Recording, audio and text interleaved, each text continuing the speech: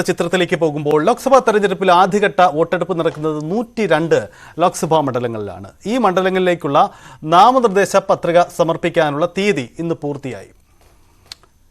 വിവിധ സംസ്ഥാനങ്ങളിലെയും കേന്ദ്രഭരണ പ്രദേശങ്ങളിലെയും 102 മണ്ഡലങ്ങളിലാണ് വിധിയെഴുതുന്നത്. തമിഴ്നാട്ടിൽ DMK നേതാവ് ദയാനിധി മാരൻ, BJP സംസ്ഥാന അധ്യക്ഷൻ K. അണ്ണാമലൈ, ത്രിപുരയിൽ ബിപ്ലവ് കുമാർ ദേവ് തുടങ്ങിയവർ പത്രിക നൽകി. MG മിഥുൻ നമുക്കൊപ്പമുണ്ട്. മിഥുൻ, ആദ്യ ഫേസിലേക്കുള്ള നാമനിർദ്ദേശ പത്രികാ സമർപ്പണം പൂർത്തിയാകുമ്പോൾ തെരഞ്ഞെടുപ്പ് ചിത്രം അതെങ്ങനെയാണ്, എന്താണ് ബാക്കി ദേശീയ സാഹചര്യം?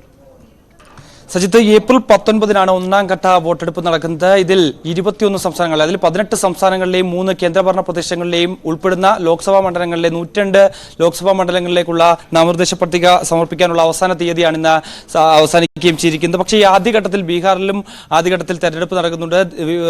8 മണ്ഡലങ്ങളിൽ ആദ്യഘട്ടത്തിൽ ബീഹാറിൽ തെരഞ്ഞെടുപ്പ് നടക്കുന്നുണ്ട്. പക്ഷേ അവിടെ ഉത്സവ ആഘോഷങ്ങൾ കണക്കിലെടുത്ത് നാളെയാണ് ഈ ഒരു നാമനിർദ്ദേശ പത്രിക സമർപ്പിക്കാനുള്ള അവസാന തീയതിയായി കണക്കാക്കിയിരിക്കുന്നത്. നീട്ടി നേരത്തെ തന്നെ തെരഞ്ഞെടുപ്പ് കമ്മീഷൻ നൽകുകയും ചെയ്തിരിക്കുന്നു.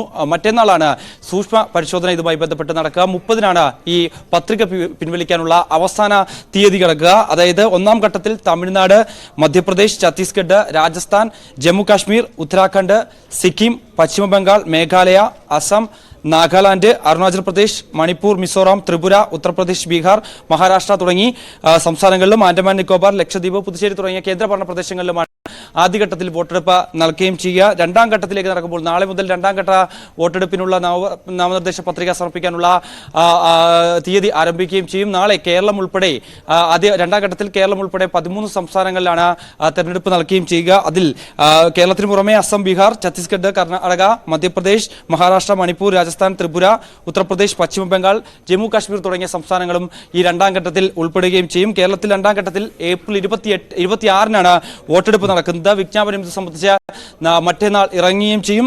ഏപ്രിൽ 4-നാണ് നാമനിർദ്ദേശ പത്രിക പിൻവലിക്കാനുള്ള അവസാന തീയതി. ഒപ്പം തന്നെ അവസാന സൂക്ഷ്മ പരിശോധന ഏപ്രിൽ 5-ന് നടക്കുകയും ചെയ്യും. പത്രിക പിൻവലിക്കാനുള്ള അവസാന തീയതി ഏപ്രിൽ 8 എന്നിങ്ങനെയാണ് നിശ്ചയിക്കുകയും ചെയ്തിരിക്കുന്നത്. എന്തായാലും സ്ഥാനാർത്ഥികളെല്ലാം തന്നെ രംഗത്തിറങ്ങി കഴിഞ്ഞിരിക്കുന്നു.